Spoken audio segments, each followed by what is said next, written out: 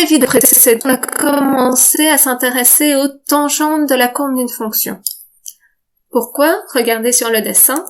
Mettons que j'étudie la fonction noire, là.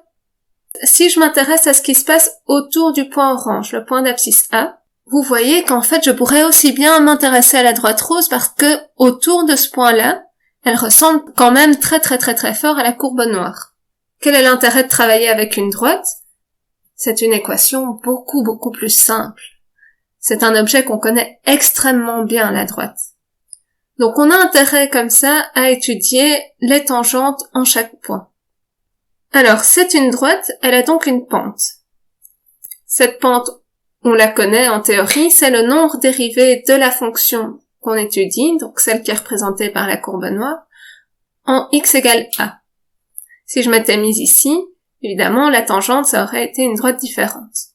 À chaque point sa tangente. On regarde la tangente en x égale a, qu'on note grand T pour tangente indice A, c'est la droite rose, et on connaît sa pente grâce à la vidéo précédente. Je voudrais le reste de l'équation. Vous voyez que ce qui me gêne, c'est qu'il me manque l'ordonnée à l'origine. Pour rappel, toute équation de droite peut s'écrire sous la forme y égale mx plus p, avec m la pente. Donc ça, G, c'est f' de A. Il me manque le P, et ça va pas être facile à trouver. Voici ma stratégie. Je vais faire semblant que l'ordonnée à l'origine est 0. Ce qui revient à dire que la droite passe par ce point-ci. C'est pas le cas, évidemment. Mais on va faire semblant, ce qui revient à déplacer le point orange et la droite à l'origine du repère. Ça nous donne ceci. Ça, c'est la droite d'équation mx. Il n'y a pas le plus p puisque le p vaut 0. mx plus 0 si vous voulez.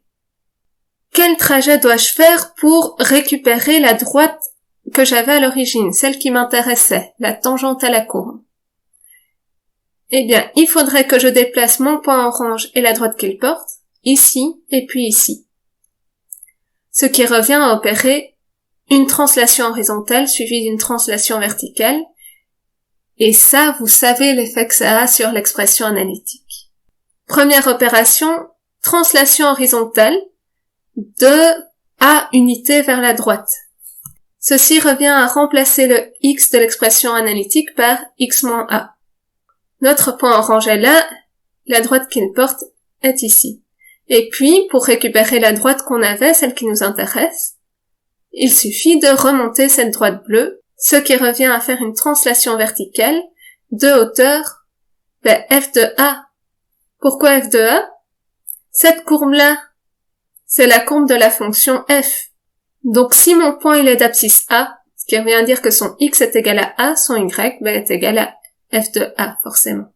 Et une translation horizontale vers le haut comme ça, de f de a, ça revient simplement à ajouter f de a à l'expression analytique. Conclusion, l'équation de votre tangente en a, elle est donnée par la pente, donc la dérivée de f en a, fois x moins a, le moins a, il est là à cause de la translation horizontale, et puis on a dû remonter la droite bleue, ce qui se traduit par le plus f de a que vous voyez là. C'est la translation verticale.